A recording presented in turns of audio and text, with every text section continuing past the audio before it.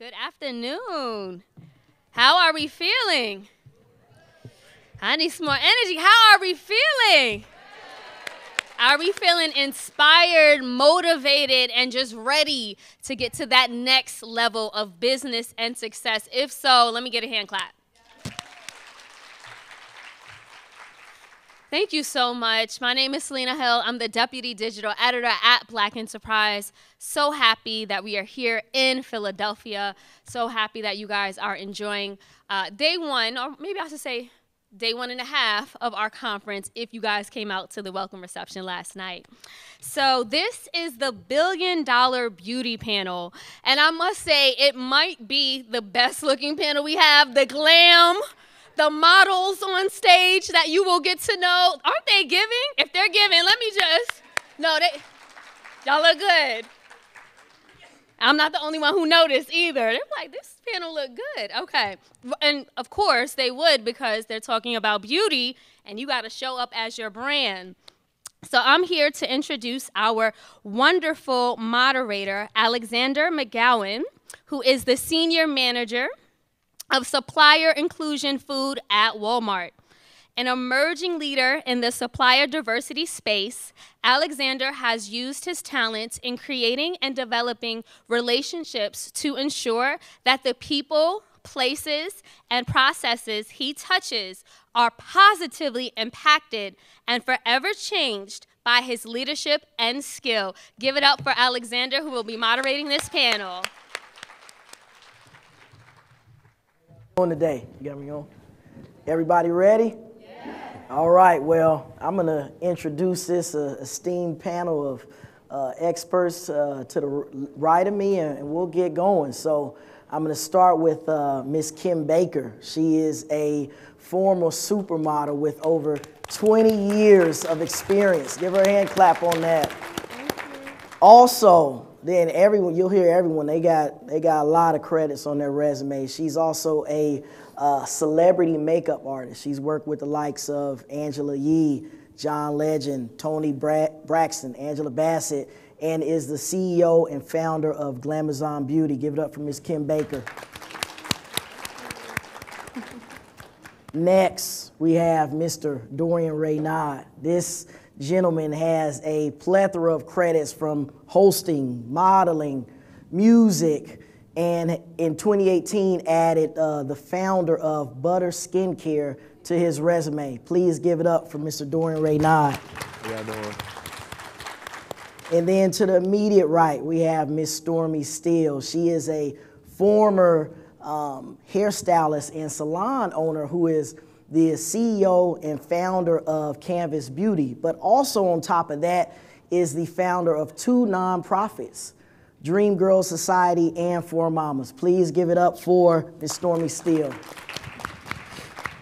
Thank you all, thank you all. So let's kind of get into, this. Obviously the beauty industry is one that is on fire right now. How about you guys start us off with why? Why? What led you to, starting your different brands and companies that you did? I was led to start Glamazon Beauty because as a former model, I had to mix my foundations, and I just got tired of feeling like the afterthought, and I wanted to be the main focus. And so I created a foundation called Second Skin Foundation that literally each shade covers the dynamic of 4 different groups of each shade of melanin. And I just wanted it to be an experience where you didn't feel as if you were the afterthought. You are the primary focus in my brand, and that was the reason why I started it, to fill a void. Yeah, I'd have to agree with her. Yep. When it came down to skincare, especially as a black man, I would go into department stores and, not only was there a lack of education, but there was a lack of representation in products that really worked for my skin. I struggled with my skin growing up, and then stepping in front of the camera. My skin was not looking how it was when they put the makeup on. And thank you. But I had to work really hard on it, and so I created Buttah in 2018 from my own routine. I'm not an esthetician or anything like that. Wow. I'm a skincare lover, not an expert, I would say, so I'm taking a journey with everybody else and creating quality products that work for us. All right. So for me, I didn't even realize I was starting a brand. I dropped out of college. I was like really suicidal, and I just started chasing peace, and peace led me to becoming a hairstylist. I used to do protective styles on my clients, and a lot of them were covering up issues like alopecia, and I really just wanted to make something that would help them. And it was my clients who was like, hey, you need to put this out here. You need to tell more people about it, because they were starting to see results. And so that's kind of like my journey. It was like, I just fell into it. Yes. So. Now, Stormi, I've seen some of your interviews before. You've talked a little bit about a vision and a dream that you've had before. Talk to us a little bit about that around your company. So after I made, the jump to quit college and just be in flow, when it got time for me to want to make something for my customers, I just started literally being obsessed with how can I get their hair to grow. I really wanted them to come into my salon and have a great experience, and I wanted to have something proprietary to my salon that made their experience even better. And it got to the point, I guess I was obsessing over it so much that eventually I would go to sleep and I'd be dreaming about cayenne pepper for one, because that's in the product. And I wake up and I'd be like, what is that? What is that for? And I Google it, and it turns out it's actually good for hair and skin. And I start mixing up stuff. I mixed up products from 2013 to late 2014. And then when I knew it was right, I was like, it's right. I'm gonna try it on myself, and I'm gonna ask my customers, hey, can I put this on your hair before I do your sew-in? Before I put your installation in? They all said yes. And I just started documenting. My hair started growing really fast. And I had customers who had alopecia, lupus, and they were having hair sprout where none was ever growing. And I always say that with my journey, because I chose to stay in flow, and because I was suicidal before, I just took my jump, I feel like God put me on the path for me to be here. And I'm still ultimately trying to figure out what that entire purpose is, because I know it's much bigger than just hair. Awesome. Sounds like we need to add visionary to her resume as well. Give her a hand clap. So one of the things that I often see in this space, and I want you guys to kind of help this team at a higher level, is you have an idea. You see a void. You all talked about the different areas that you saw. Kind of help lay out how you transition from an idea to a full-fledged brand and successful company. What does some of those major steps and milestones look like? One of the steps that I took was prayer. That was one of the first steps I took, because I have to be honest, I'm from Newark, New Jersey, the real hood. And I would always read about entrepreneurs. And so that was the first step I took. Then I started doing research as to different aspects of different ways how you can grow a brand, whether you try to do it with capital or without capital. So without capital, I would start with one product.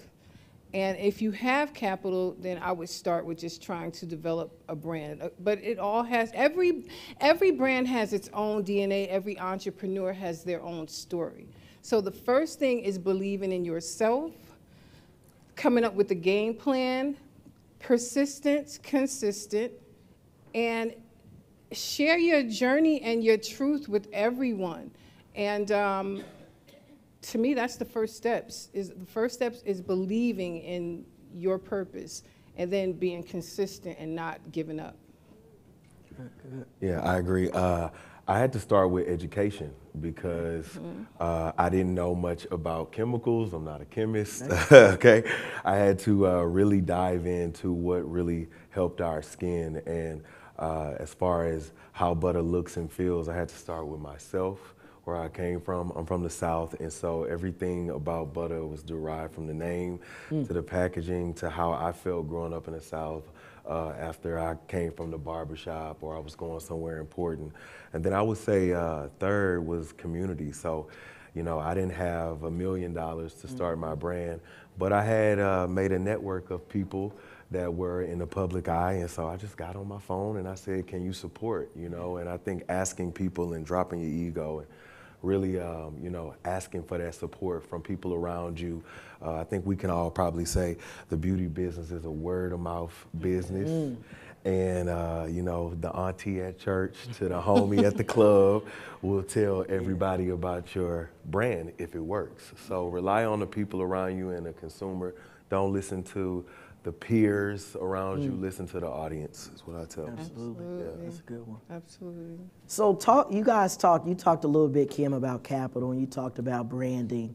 Obviously, with the explosion of social media and how you can very quickly engage with customers, that is really a tool that a lot of people can leverage. Talk to me a little bit about how you guys, and maybe we'll start with Stormi, how you guys are using social media to build up your brand and help people understand, you know, what you're doing. Social media for me was one of the key things that built my brand. After I made the product and started using it on my consumers and using it on myself, I started like sharing pictures. I had one customer in particular, she was like, my friend want to buy this. She saw my hair growing. She knew I had no hair there. Like, will you sell it to her? And I was like, you know, no, I don't sell it to people. You know, she can come over here and get her hair done. And I said, you know what? I'm going to take that to heart because too many people were saying it. So I made a small batch of my product. I used to make my product by hand back in the day.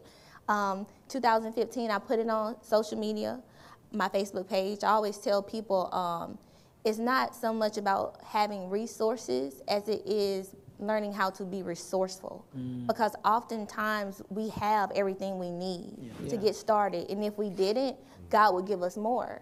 So I'm very adamant about that because that's my journey. I didn't have a lot of money. I think I had like $400, $400. Wow. And I was like, I'm gonna buy some bottles, I'm gonna buy the ingredients. You know, I got my little setup. I had about 150, 200 bottles. I had social proof too. So I will say, if you have a product, try to get as much social proof before launching as possible. I put those pictures on Facebook. This is 2015, so you know Facebook back then ain't what it is today. So I put it on there and they sold out, and I just kept being consistent. That's another thing too. Consistency creates reality. The more consistent you can be with what you have going on, the more you can get people to become consistent in the belief of what you're doing. So I did that. I did that from 2015 to 2018 before I ever just went full-fledged Canvas Beauty. So social media is a super powerful tool. It's even more powerful now because now you can do stuff like Facebook advertising. You can do, you know, ad spend. It's totally different. But I would say start with what you have. Like capitalize on what you have and go from there. Absolutely. And also just be a great representation of what it is that you do. I mean, I'm looking at Stormi's hair. I'm like, yes, hair. And, you know, and I hope you guys like my makeup. Yes. And his skin is working. I would say social media is what really propelled Buttah to the top in the pandemic when everybody was at home. I took advantage of it, and I was shooting at home and shooting with my friends and people around and really just pumping it because I knew that everybody was on their phones at that time. So we were able to show before and afters, able to, you know, really be creative. And I think during that time, when you didn't have the photo studios and all these things to go to, you started being creative at home and started being creative with your friends. And, you know, everybody had free time on their hands, so, you know, they didn't mind posting for you then. Yeah. And it really propelled the brand to get some notoriety to where now we're in retail. Yeah, no, absolutely. And one of the things about social media, and we'll kind of pivot from that, is, you know, social media allows us to create this perception of whatever it is that we're trying to create. And one of the things about entrepreneurship is hard. It's a lot of things that people see the finished product on social media and the smiles and, you know, everybody growing and the money that people are making. But you guys talk to me a little bit about some of the struggles, you know, during, you know, getting your business growing, and some of the things that you guys learned on your way to being successful entrepreneurs. I would say in business, you're always going to be learning. Yeah. Like, I never think that you know everything or you've mastered it, because everything is always changing. Change is inevitable. I had some of the worst growing pains that I feel like an entrepreneur could have because you know, it was me and my husband in October 2019 doing everything. So I grassroots the company for like 15 months. Then I started to like do paid media. I had this ad that I made in 2017, put some money behind it in 2019, immediately we went from about $50,000 a month to over $1 million a month every month with just him and I in a 500 square foot building. We automatically had to learn systems, find a warehouse. I had to learn everything from scratch, everything that I was not prepared for. So I would say growing pains are real. And I always tell people it's okay to make mistakes in business, but try not to ever make the same mistakes twice. And to always learn how to pivot and learn how to adapt to your situation and move quickly, because time waits for no one. Yes. And let me tell you, COVID was a big surprise for me, because I remember I had gotten scared when COVID hit. I had just did like Good Morning America, and then COVID hit, and I was like, oh no, that's it, that's the end. And what happened was, everyone was home, so what do you think everyone was doing? They was shopping. Oh, yeah. So literally, I had to figure everything out while stuck in the house with just me and my daughter. So my daughter had to figure it out with me. And it just changed everything. And it was so funny because I remember Cynthia Bailey had called me and said, okay, we're about to get on lockdown, but I'm telling you, your business is about to blow. And the next thing you know, she was right. It just immediately sales started coming in. I don't know what they was doing, but thank you. Yeah, I would have to say the same with them, really learning. And honestly, one of my main struggles was being a man in beauty. Oftentimes when you think about the beauty industry, you do not think about a black man. And so I would go into editors' offices and they would look at me crazy. You know, really not knowing what some estheticians might know. And coming from the world of being a talent or in front of the camera, it was a struggle to be taken serious with what I was doing. So I had to put the extra work in to really, you know, dot my I's and cross my T's and know everything that I can know. So when I got up on HSN or something like that, I was fully educated. And, you know, even now you walk into a room, a lot of times it's just these beautiful women and they like, well, what do you know about beauty? You know, so I think that, you know, breaking down some of the standards for men jumping into that beauty space has been a struggle, but a triumph too. Yeah, so that's an interesting point and one that you bring up. And obviously, you know, this is Black Enterprise Entrepreneurs Summit. Do we feel like that there are additional obstacles as, you know, Black entrepreneurs that are there that maybe, you know, we can help, you know, uncover for some of these people here in the audience? I think one of the struggles that I find as a Black entrepreneur is making sure your own people support you, or at least look into your brand. Yes. So I have to say this, I'm about to go in. Our journey is hard enough. So when you see, whether it's Stormi's brand, this gentleman's brand, or my brand, or other Black brands, it is nothing to follow. Following someone is an empowering thing. Stand behind. If we don't stand behind each other, who's going to stand with us? Yeah. So what I find a lot of times, and I stop taking it personal when the numbers go up and down, because it's really not about that. But I dream of a day to getting back to Black Wall Street. And that is seeing us, that is seeing us prosper. Not that we don't want anyone else to prosper, but if we don't make sure that we take care of ourselves, then it's always going to be a conversation, you know? And it's time for us to stop talking. Hello, people in Buffalo. Remember situations like that. So I say that to say, when we're done with all this, please follow all three of us, because it doesn't cost anything. It is just standing behind our effort. If we don't have you, we don't have anything. We don't have a brand. Our mission is to service you guys. And I want this message to be spread around the country, is that if we don't stand behind each other, who will? We're done. Absolutely. I want to piggyback off that too. Yes, absolutely. I also think it's very important too, like when it's like founders and people who are just getting started. Like me, I had no knowledge. I knew nothing. I had to learn everything in real time when I was already behind. Like most of you all say, you just started. don't be so hard on people and brands when they're going through their growing pains. When I was in my growing pains, I saw comments like, that's why I don't support black business. I was like, it has absolutely nothing to do with being black. It has everything to do with not having a mentor, not having the proper resources. I can tell you the God honest truth. There was time, like when I first started, we were sitting on $3 million. Nobody would loan us anything to help us scale more.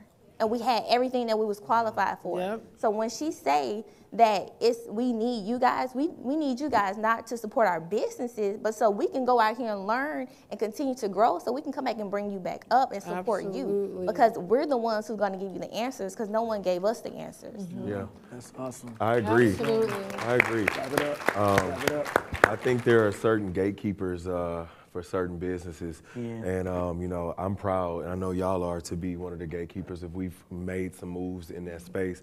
One thing that I realized with skincare in particularly was packaging and how it looked and how it felt. And so I put a whole lot into, you know, what the experience was like, because I would look at a lot of these white brands and I would look at the comments on Instagram, the black brands ain't never got the right packaging, it don't look good.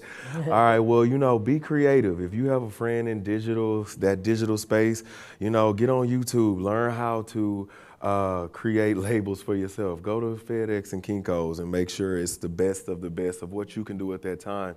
And I think adding a personal note, adding some of your personality to it, making sure that it looks quality. And look, my first box, I look back at it now and I'm like, what was I thinking? I thought it was lit, right, you know, when I first launched it. But I will say it was quality for that time, and I put all of my heart and soul into it. So don't waver on the experience of how people feel when they get your products in their hands. That's awesome. That's awesome.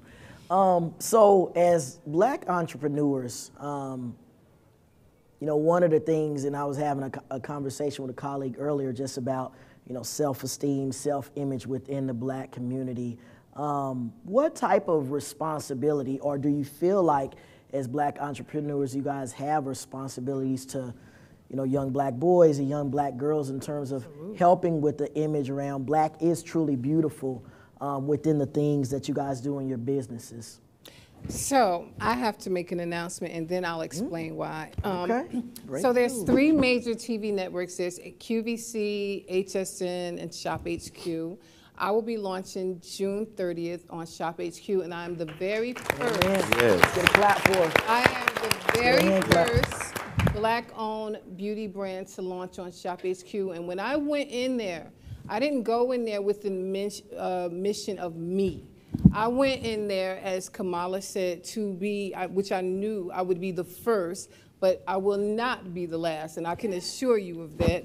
And I actually had the conversation with them that it's just time for change, and they agreed. Now, I'm telling you, I was the only piece of chocolate in there, and I just had to explain why. For one, you're leaving a ton of money on the table because we are the most loyal shoppers that there are, and I just told them it's just time to open the door for everyone to have opportunity. So yes, so I do plan on leaving something with my brand behind for black women, women and men, and Latinas. I want it to be open for everyone. This is the United States of America. It's time for us to act like it. So. All right. I think that, you know, our campaigns for us has given me the opportunity to really show who Buttah is for, to reshape the beauty industry and skincare, you know, because like I said, I will go and I will see the token black boy up there, the token black girl, you know, in a Neutrogena campaign. And I'm like, I don't know if that works for her and her, because we all have different skin. I mean, you know, we're different types of people. And so I take our campaigns and our visual images very seriously, because they will stand forever. They will be what people remember your brand by. And so it's important to show inclusivity and diversity and show what you really want to see out there in the marketplace. And I wanted to see black people represented how I grew up seeing people like Whitney Houston and Toni Braxton and Angela Bassett and Denzel. It was just a certain regalness to it. So I try to bring that to Buttah and through our imagery. Awesome, awesome. Awesome. So we talked a little bit about the pandemic and how that really kind of changed things and shifted businesses probably all around the nation. Talk to us a little bit about, and you guys have started in the last handful of years. Talk to us a little bit about how the industry has changed since you guys have joined beauty. It's so funny because everybody keeps doing it. So like, you have to be quiet. How the industry has changed? For me, and I'm sure you agree, I find that a lot of people are now catering to us because they see this. Mm-hmm. Oh, okay. I'm here, you're here, Stormi's here, because this is our experience. And because we saw how we were treated before, we created things that, and so I have to say this. So when I see all these influencers out here endorsing all the Maybellines and endorsing all the Hudas and not bringing up Minted or Glamazon or other black-owned brands, well, we created because of our love and because we are you. A lot of people created because they just want your dollar. And that black dollar is huge, baby. Yes. Yeah. So, I just really would like for people to be conscious when you shop, not saying stop patronizing, but be conscious of your spend, because your spend is also your power. And your spend is connected to agendas. Like even in the hair care community, I see brands that never catered to natural hair, but because natural hair became such this huge market, now you have brands either buying up all the founder-owned black brands and changing them, or else they're creating their own. And then what saddens me is like we automatically go and gravitate toward it because it's new without realizing, hey, it's really the same. They just marketing it to appeal to the African American consumer. That's it. So I would say that's one thing. Like every time there's a trend that founders like us start from scratch with no knowledge, have to go through hell to succeed, it's automatically bitten off of to have someone who already has everything they need to capitalize off of even more. And then the black founder brands, most of the time we get that's why I don't do business with black-owned brands. And it's like, what? Yeah, definitely. The mindset has to change. So talk a little bit more about pandemic and what we saw in terms of sales is it really transitioned from people going into stores traditionally and buying products to shifting online. And that's a trend where we're starting to see some normalcy come back, but obviously people, found online shopping to be very convenient. Where do you guys kind of see that? Do you feel like that trend is going to continue to be more shoppers going online and staying online? And how does that influence some of the things that you guys do and decisions you make within your businesses? I would say 2020 was like the year of the entrepreneur. Like everybody said, if you didn't make money in 2020, like you should have just stayed at home. Especially when it came to like advertising, because everybody was scrolling, everybody was on their computer, everybody was seeing ads. I don't know if you jumped into the ad game during that time. I did, If you black, you seen both. That was the time. That was the time to be alive. Now, I'm not sure where the e-com space is going, especially since iOS 14. You know about iOS 14? Yeah. So, but it's still a good side, but it's nothing like it was in 2020, 2021, half of 2021. So I think it's like a shift. I think people are almost ready to go back outside. They are. Yes. So retail is kind of a good thing now. Yeah. No, that's very insightful too, because that does shift or sometimes change, what businesses decide they're going to do, how they're going to interact with customers based off of where they're shopping at. So that's very, very insightful. So one of the things that we kind of think about in terms of the beauty brands is one, and you'll see there's different industries or jobs in general where people say, well that's oversaturated. And it almost seems like they're trying to deter people from getting in these industries. But obviously you can see from the attendance and, you know, the brands that continue to come out, that is something that people are passionate about. You know, what's some, I would say, some words or advice you would give to people that are looking to enter into this industry but are hearing a lot about how oversaturated it is, and maybe they're not going to be able to make the money and difference that they're looking to do? Dorion? Well, I mean, skincare was oversaturated because I walk in CVS and in Walgreens, and it was 25 million brands of skincare. And so I think that if you put yourself into it and put what you know and your heart in it, nothing can be oversaturated because nobody can be you. And so I feel like listening to those words is just a detriment because, and to what you said earlier, you know, it does become a lot of people. Because what I've noticed is now every black person on the block want to start a brand because black brands are hot, okay? Yeah. And, you know, they don't want to, they think that they can just get online and, you know, put it out. And, you know, how many brands do we see pop up during the pandemic, right? Where they at? You know, and it's not that they didn't have the staying power that we had or the knowledge, but I don't think they really wanted to do it. I think they were looking to do it because of money, you know? You can't fake authenticity. Yeah. Yes. Cannot fake authenticity at all. And now, like, people buy people. Like, that's why it's so founder brands are so powerful, because people want to know more about the person who had this idea. For me, like, I was able to gain a loyal audience because I took them through everything. If I was going through hell, they knew about it. If, you know, if I was winning, I was telling them, you know what I'm saying, it's good, but I went through this, you know what I'm saying? And people resonate with the story, they resonate with the journey, because truthfully, they can see themselves in that. And they know that if they support something that has a powerful, you know, story, they're going to want to pour back into that because they know it could be for them too. Yeah. And I always tell people, when you're dealing with saturated markets, always look at your competition and see what they're doing, but not to emulate them, but to figure out what they're not doing so you can set yourself apart in that niche.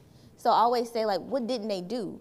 Where's the gap? What void can I fill in this space? And make sure you're passionate about it at the same time.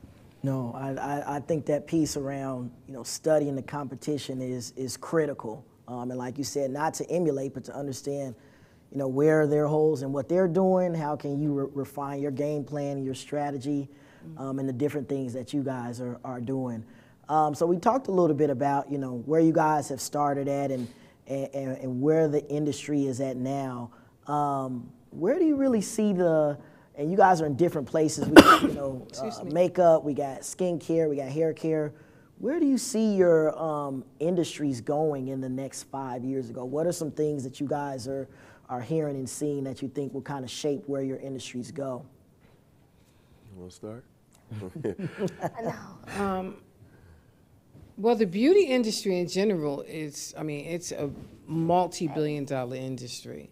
So, I mean, I see it continuously growing, but I think only the authentic people will remain.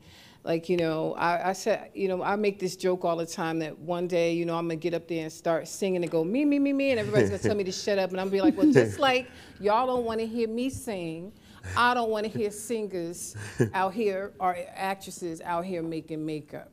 Authentic. Okay, that's a point. I feel that. I swear, I just feel like on me, me, me, me, and watch everybody be like, that's the way you should feel about singers and actresses out here coming up with these brands, because it's not them.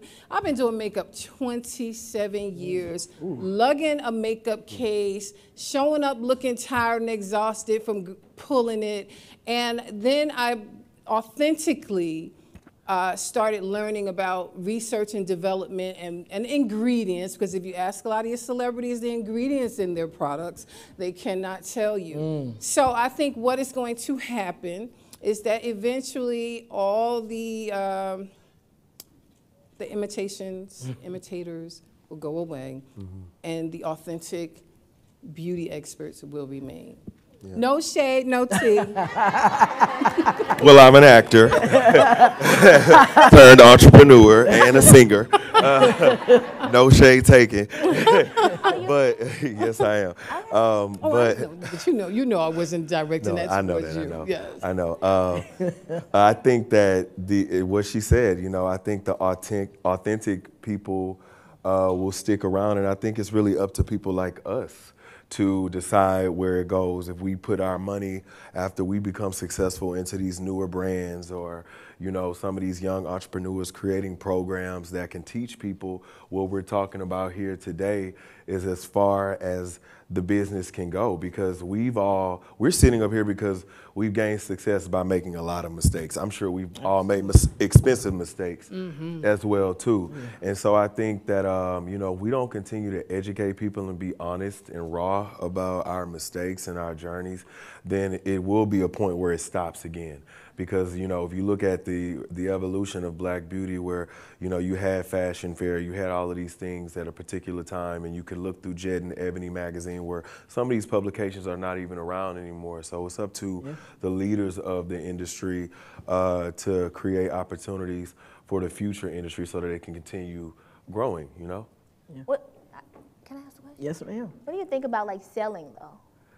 It stops there for most brands. Well, I think you could sell, but you don't have to stop creating opportunities for other people. And I think it's all up to you and your vision. For me, I'm not opposed to selling, because I think that when you sell, listen, white people do it all the time. We're not going to do that, okay? That's how you put money in your pocket to put money in everybody else's pockets, because we can't find the money half the time. And so oftentimes, if we don't go get the money and remain in control, I think if you sell, you stay on and you keep your name on it, you keep your vision on it. But, we are here. Y'all sitting out there because y'all want to make some money, right? And so I think make the best business decision for you. But how can we help other people? How can we give back to the community if we are constantly falling in a hole trying to keep our brands alive? And sometimes selling is smart, sometimes it's not. I think it's all individualistic. And sometimes, absolutely. And sometimes when you sell, it allows you the capital to take it to the next level, because it's usually at some point with any brand, you hit a plateau. Yeah, exactly. And so that is when you should get out, is when you're on the upscale. Because I got to be honest, people really didn't become interested in my brand until they heard me say I wanted to sell at some point. And when I said that, they were like, because they know that's how certain people do business, and that's just a fact. Because if somebody come to me and say, I want to buy your hello. I mean, but right now, I am at the stage where I'm still in love with what I am doing, and I love creating for my queens. I love doing that. But, at some point, the main point is I'm really in what I'm doing is to elevate my family at some point, you know? And that's what it should be all about. And sell and create something else. I mean, we creators. Absolutely. You don't have to stop. You can always reinvent new forms of business, So I think that, take that decision. I mean, if they offering you a whole lot of money, sis, and your integrity can stay in it and you can stay involved, then I say, go for it. And I'm actually glad that she asked that question. Me too. I think there's a stigma within our community around doing that in terms of within our community. When you do it, like, and especially in the hair care space, I see so many brands who have done it, and then the African consumer goes to another brand. And it's like the legacy ends there. So it's like, how do we combat that as African-American founders while still, helping our African-American, future business owner understand the game? That is an amazing point you brought up. That's why. Because we all scared to get canceled. Yeah. If you sell your company, they're going to cancel you, right? But I think that we have to not do that to each other, because they didn't cancel Jessica Alba. They didn't cancel Jessica Simpson. She never even owned her brand. She just had to buy it back. And I think that, us getting out here and having the courage to even start it, if we can go out there and gain capital to also not only push ourselves forward, but push other people forward, then I think black people need to understand what selling really means. It don't mean selling your soul. It don't mean selling your brand. It don't mean selling out, like she said. It means selling what you created and what you hustled hard for to get to the next level so that you can do even more in this world and in this space. You know, we are here for a purpose, but at the end of the day, you know, our purpose is larger than what we're talking about here on this stage. And so sometimes you need money to achieve what the overall purpose is. And so don't cancel us if we sell our companies. Just come to the sale party. It's free. You know? They be canceling. They do be canceling, but you can't cancel what's real and what's authentic. And I think if we start speaking about that more and talking about what selling really means, you know, that's what they don't talk about. They don't want, because, you know, look, we are a community where people don't like to talk about money. You know, they only talk about it when it comes in, but they don't want to talk about what it means to give up something to gain that money. And so I think we really need to open a conversation of what selling business feels I like. think we all should want to start a business to create generational wealth. Amen. Amen. That's what it needs to be Amen. all about. I'm so glad you asked that. Seriously. It's like the taboo Yeah. thing. It's like Now that we on camera, I said it, so when I say it, don't nobody cancel me. like every time a black brand sells, it's Yeah. like the narrative is they sold out. It's over. They're changing it now. Yeah. I went into store. I just went into retail, and all of my comments, even on the ads, oh my God, I hope you're not changing the formula. I'm like, why would you doing that? Absolutely. Like, where are you getting this from? And it's always because it happens. Yep. However, I just feel like that's something that needs to be really talked about. Absolutely. Absolutely. Good. Well, now we're going to open it up to the audience, this wonderful audience. I know there's questions. If you guys can start making your way, do you want them to go down there to the microphone, or are you going to come to them? If you guys can start making your way down and to the microphone, and if you have someone specific that you want to ask a question, please address them. Go ahead, ma'am. Hello, this is kind of low, a little tall. Hello, my name's Aisha Hermine Casimir, Kim, you mentioned something earlier that really stuck to me.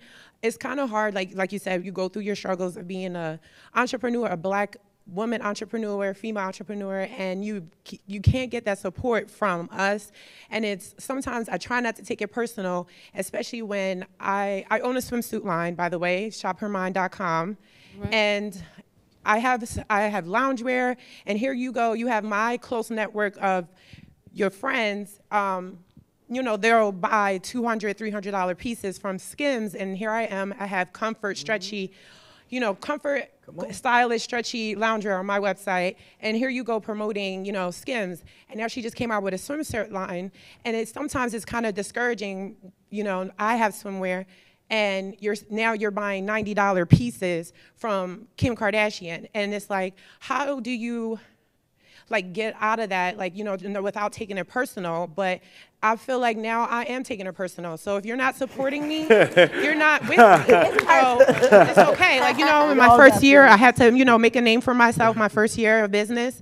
But now I'm like, no, I worked hard every day, and it's like, no, I'm gonna hold you accountable. Like, when you're posting and going on your vacation, why aren't you buying from Hermine? And so I'm gonna hold you accountable as well, which you all said, sometimes I need that bigger platform to kind of put someone small like me, but I'm not small. I'm trying to get bigger because I know that's for me. So I'm gonna hold you all accountable to follow me as well, and to follow back. Yeah. Well, I'm on right now. So, my social media is... I know that's right. We're going to talk about it. I just feel like as in social media, we all entrepreneurs, we follow people, but I feel like our egos get the best of us and we don't follow back. And it just takes one follow. It costs you nothing. So sometimes... What's your social media? My social media is at Shop Hermine, H-E-R, At Shop Hermine. M as in Mary, I, N as in Nancy, E. Hermine is my middle name. It means travel, feminine, and soldier in 3 different languages. I have a Haitian background, so it's actually Hermine in French, but shop on my website. Summer's around the corner. I have pieces for everyone. And for my fellas, you have ladies in your lives, so shop for them too. So so how do you get out of that rut? Wait. Hold up. I'm sorry.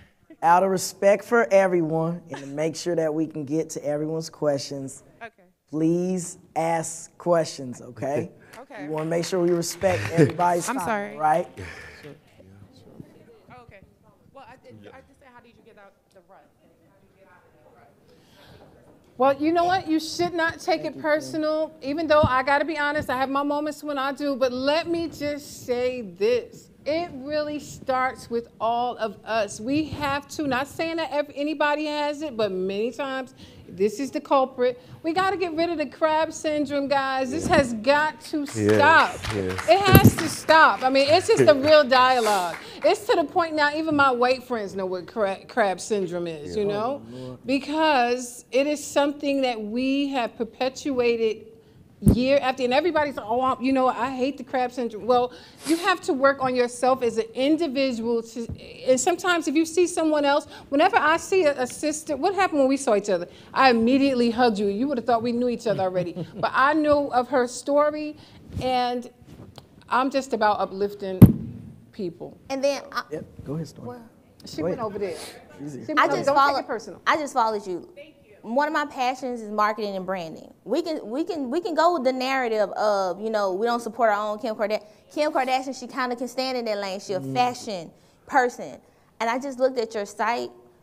You have the ability to grow, but sometimes it's about reach. It's about marketing. It's about aesthetics. Yeah. It's about so much more than just shop my black brand. Yeah. I would love to work with you. I just launched a course called 0 to Millions, where I'm really taking my time and working with individuals on that, because like he said, he worked on his packaging forever, because when he wanted people to see that packaging, he wanted it to not only be a representation of the vision that he had for his business, but a representation of what he wanted to put out to the world, so that the consumers can feel like it's something that they want to be connected to.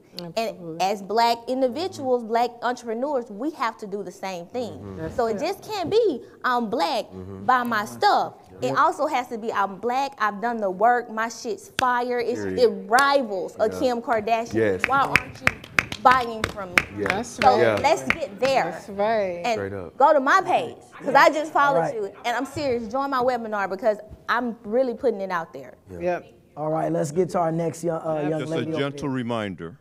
There's a line of people There behind he you. is. Okay. Question. One You can question. say who you are and ask a question, all right? Thank you, sir. No business pitches, no telling my life story. Just out of respect for the people who are behind you. Yeah. Absolutely, absolutely. And the panelists and the moderator. Absolutely. Hi, I'm Kiana. I'm not in the beauty industry, but for those that started in their kitchen, could each one of you possibly start or explain how you scaled up? That's a big thing about people who start in their kitchen and then they blow up and they have to provide for a lot of people. That's all. Go ahead. I can attest to that. I was in the kitchen like whipping steering, girl, for real. So when it comes to that, you need to start right now, before you even get to the point where you're behind on orders, to start looking for product manufacturers. You can Google them. You're going to have to reach out to them. You may have to send in a lot of meetings. And when you do reach out to them, you're going to have to take what you've already created. 9 times out of 10, they're going to want to know what's in it. They're going to have to reverse engineer it. It's a process. You're going to have to do a lot of testing to make sure that it's on par with the product that already exists. And then after that, you can go into production, and then it's like you have to buy a small batch. Try to reach out to some private label product manufacturers who will take like low MOQs, which would be like 1,000 to 5,000 pieces, depending on how many SKUs you got. If you don't have the capital to do that, I would say start with one. And another tip that I want to be able to give you is make sure that your cost of goods is under $2.50, because once you get into retail, you need those margins. Yep, absolutely. Let me get to my next question. Go ahead. She nailed it. Good afternoon, everybody. Thanks for taking my question. My name is Audrice. I'm in real estate, but I'm transacting or coming back to my first love. So my question is, how do you, when you're a creative, you have so many multiple products that may come into your mind. So how do you know how many products you should put out at that time? Is it one product that you should focus on, or do you do a line? What? Yeah. I guess she's talking about like product launches. I started with one product, my hair blossom serum. It became a hero SKU. So I would say if you don't have the resources, start with one thing you do well, push the hell out of that. I'm sorry, y'all, I curse. I love Push that, especially when I'm passionate. Push that, and then grow your following organically, poll them, and come out with something new next. So don't try to just bite off more than you can chew at once, because it's hard to keep up with a lot of SKUs if you do not have a lot of capital. Absolutely. I agree. Hello, my name is Michelle. I'm in the beauty and the barbering industry. So my question is, how do I get past my block with the media? I do a lot. I'm pretty much still old school, but I get the mix. But I'm used to muscling and grinding and working my way up. But with the media, even on a personal standpoint, I don't like it all the time. I tap in when I want and I tap out, and everybody that know me, it's like, you did this, you got that, you got this here, why don't you put it out? I'll put out for a little bit, and once I get frustrated with the media in general, I will just stop. I don't like. Why does the media frustrate? What media are we talking about? Social media? Social media. I don't like to be on it all the time, but since everything is going digitally, that's like my block right now. Huh? Are you the face? Yeah, I don't like to put my face out there, but I am the face because it's just me right now. The way I'm the face of my brand, like when you start that way, own it. Keep going. There's power in that. People, if when you're doing it, it works, and when you step away, it doesn't. That means you got to do what you got to do to scale your brand. Show up, enjoy it, find a way to love it, so that you can continue to scale. And then once you scale big enough, maybe start figuring out other avenues so that you can begin to step away. But being in and out is the equivalent to being inconsistent. And that's what I'm not. I just didn't start on. I started when there was no media. Well, get somebody that can manage your media. You got a cousin, you know somebody that know how to do TikTok, Instagram, something like that. You get somebody, one of these young people out here that you know, and you tell them, hey, this is how I want it to look. If you're not tapped in like that, then get somebody that knows how to do it and have them help you run your page. But I mean, look at us. This is a part of the game. So if you want to, be successful as a founder and as a face, we don't oftentimes want to be on the camera all the time. I know I don't. I haven't been home in 6 days. Exactly. And there's tons of cameras out here. So, I would say that you either need to get ready for it if you plan on standing in the face of beauty and representing your brand, or sit in the background and start a brand that you don't have to be so in the forefront of, and then ask people around you to help you run it. Okay. Yes. Thank you. No problem. I want to squeeze you last 5 in, so next question. Hello, hi everybody. Thank you guys for being here. My name is Soraya Nicole, and I would love to ask you guys, you guys became business owners and leaders and employers. So when you're looking for employees to add to your business, what are you looking for, right? So what qualities are you looking for when you're hiring these employees to help your business? And are you guys looking for interns? Thank you so much. Okay. Right? Who wants to take that one? Hey. Dorian? Sure. I am looking for interns, always. We always looking for brand reps and things like that. I look for people that are hardworking, that are willing to learn, that are willing to grow, and that have no egos. That's right. Straight up. So, yeah. That's good. Great executors, people who can add value. I look for people. I don't like to micromanage. Yes. I can't stand if I say do something and then I got to come back and say, well, did you do this like this? Or I have to micromanage the process. I love for people who can independently be creative and come to me with something, because now I consider you an asset versus somebody I got to just stay on and ride and tell what to do. Yeah. People love that. Totally agree. Good one. I agree with her. Next question. I love your voice. It's beautiful. Hi, how are you? Hello, everyone. My name is Jackie Grandchamps. I'm actually an exhibitor here. My business is Steele's Bath and Body. So I have been strapping this company for 8 years. It has been a series of stops and starts.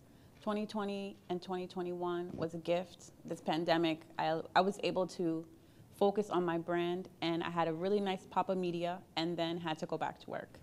So now I'm looking for partnerships so that I can continue to scale. And I'm looking for your advice on how do I approach that, and who do you think that, I am a Black brand, but I'm not only a Black brand. My products are universal. I make everything by hand. I have my blend bar if you guys want to come through. I make custom products. So what would you see as an avenue for that? And perhaps, if you guys are interested, I'm What was the question? Question is, what kind of partnerships? Are we talking about retail partners? Are we talking about media partners? Are we talking about influencer partnerships? You know, equity partners. Yeah. What I'm looking for is partnerships to expand my reach and brand recognition so that it can drive sales. Because as a single person company, I'm doing all the things, but I'm not able to commit to them, so that I'm doing them well. So media partners, right? Media and sales partners. I would say, you know, with media, start with the local media first. You know, wherever you are, start there, and really using social media as a tool. As far as retail partners go, you know, you have to get your brand to the space where it's ready for retail. You know, getting it ready for retail is like checking off a lot of boxes, you know. And so before you even get to the point where you're looking for partners, you should they should be looking for you, which means you should be building a successful brand where you even have the nerve to go in and ask for a retail partner. When it comes to media partners, though, that's up to you to find local publicists, find people in the media, do all that you can to get those people to help you capitalize off your brand, influencers and things like that. But by the time you get to retail, you'll know. So, but when you say partnerships, you're looking for somebody to help you market, to push your product, more awareness. Yeah, I've traveled quite a bit, and I am very confident my products are the best. Like you're thinking like paid media?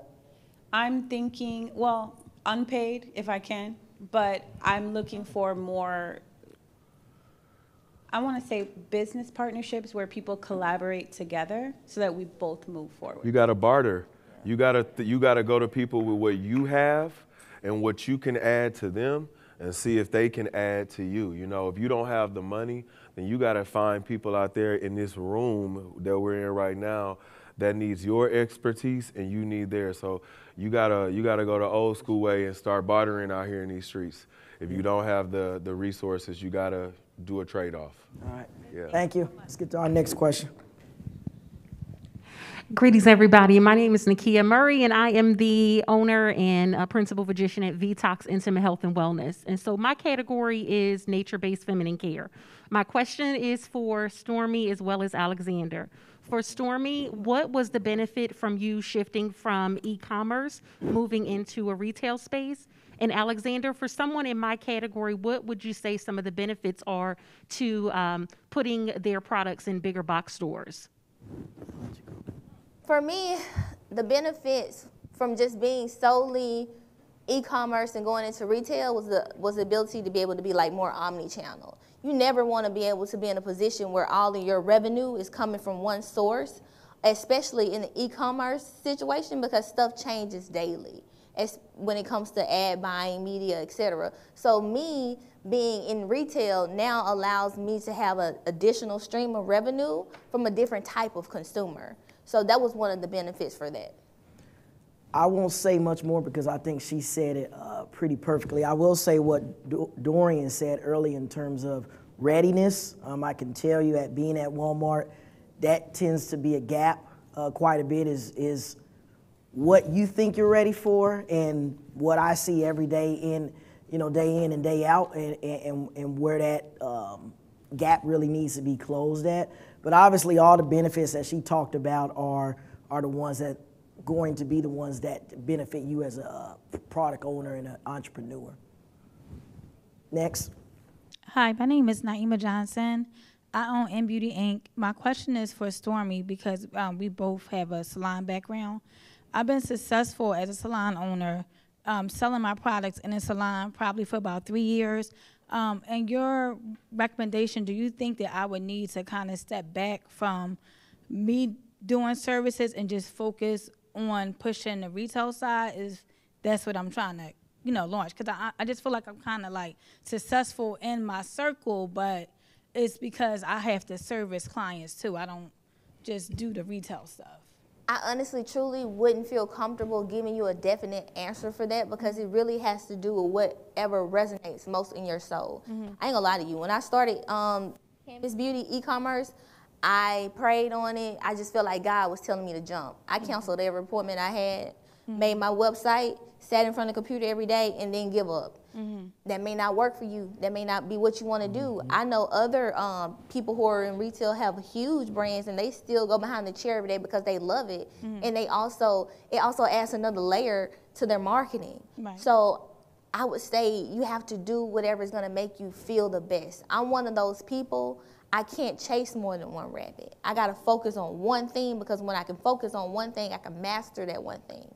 So if that's how you are, then I could recommend that. But if that's not, then I don't know what to say. Right. I know. I like that. Right. Thank you. Let's get to our last young lady. Hello, everybody. My name is Amber Mitchell. I am the owner and founder of Honey Girl Skincare. I make all natural skincare products using honey as the base for sensitive skin, different skin conditions. Therefore, my products are safe for face, body, and hair. And I think most of my questions got answered that I had written down. So I guess, Stormi, I had a question about just having your products in a store and also running a website, because I too have products in different stores. I run a website, and I also have my own small shop within a market. But I'm finding that as cool as it is to have your own shop, I don't think that I don't want to say it's not beneficial, but it seems like more of a stressor. And I just wanted to see what your thoughts were on, like, is it necessary for a beauty brand to have their own shop?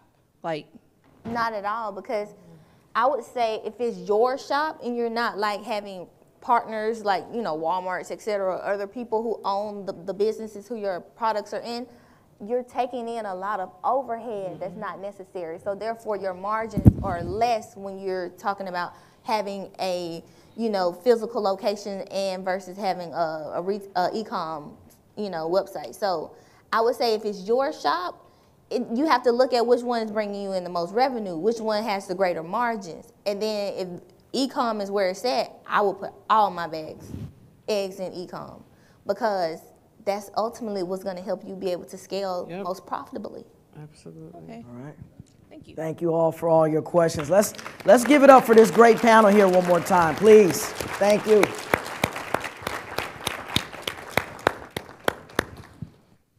All right, thank you guys. We appreciate you guys coming out and attending today, and continue to have a great day. Thank you again. Thank you. This was fun. Love y'all.